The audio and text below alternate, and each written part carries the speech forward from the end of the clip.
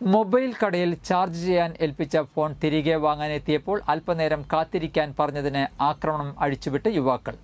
ഇവർ കടയുടെ ഗ്ലാസ് തല്ലിപ്പൊളിക്കുകയും ജീവനക്കാരനെ കത്തി ഉപയോഗിച്ച് കുത്താൻ ശ്രമിക്കുകയും ചെയ്തു. നാട്ടുകാർ എത്തിയാണ് ജീവനക്കാരനെ രക്ഷിച്ചത്. പോലീസ് എത്തും മുൻപേ ഓടി രക്ഷപ്പെട്ട യുവാക്കൾക്കായി തെരച്ചിൽ ആരംഭിച്ചു.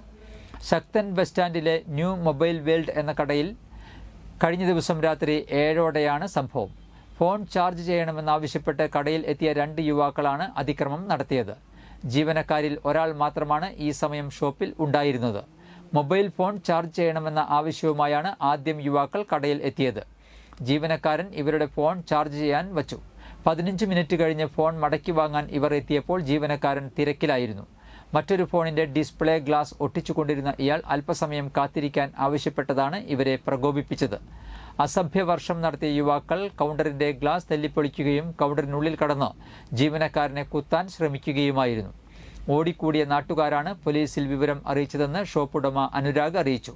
ഇവർ മദ്യലഹരിയിലായിരുന്നെന്ന് സംശയിക്കുന്നതായി ഓടിക്കൂടിയവർ പറഞ്ഞു. 6000 രൂപയുടെ നഷ്ടം കണക്കാക്കുന്നു. ഈസ്റ്റ് പോലീസ് അന്വേഷണം ആരംഭിച്ചു.